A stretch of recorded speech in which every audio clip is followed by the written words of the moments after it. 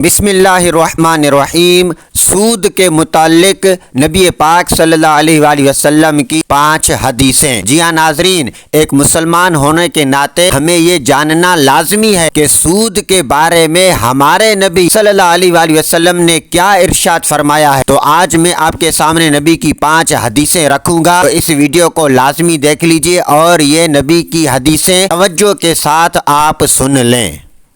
अगर ये वीडियो आपको पसंद आए तो इसको लाइक लाजमी कर दीजिए और एक अच्छा सा कमेंट भी लाजमी कर दीजिए।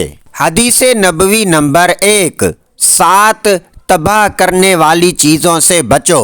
सहाबाए किराम ने अर्ज़ की कि वो क्या हैं। इरशाद फरमाया, नंबर 1 अल्लाह के साथ शिरक करना, नंबर 2 जादू करना, नंबर 3 जिसे अल्लाह ताला ने हराम फरमा दिया हो उस जान को नाहक कत्ल करना, नंबर 4 सूद खाना, नंबर 5 यतीम का माल खाना, नंबर 6 जंग के दिन पीठ दिखाकर भागना, नंबर 7 पाक दामन मोमिना शादीशुदा औरतों पर तोहमत लगाना।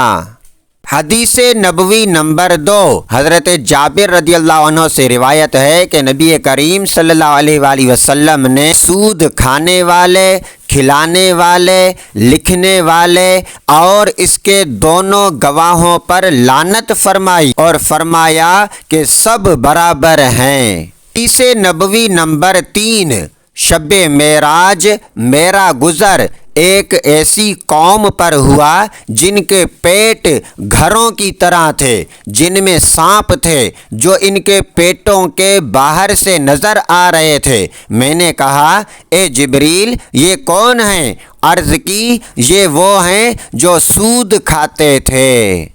हदीस नबवी नंबर 4, सूद के गुनाह के 70 दर्जे हैं। इनमें सबसे कम दर्जा गुनाह ये है कि कोई शख्स अपनी माँ से जिना करे।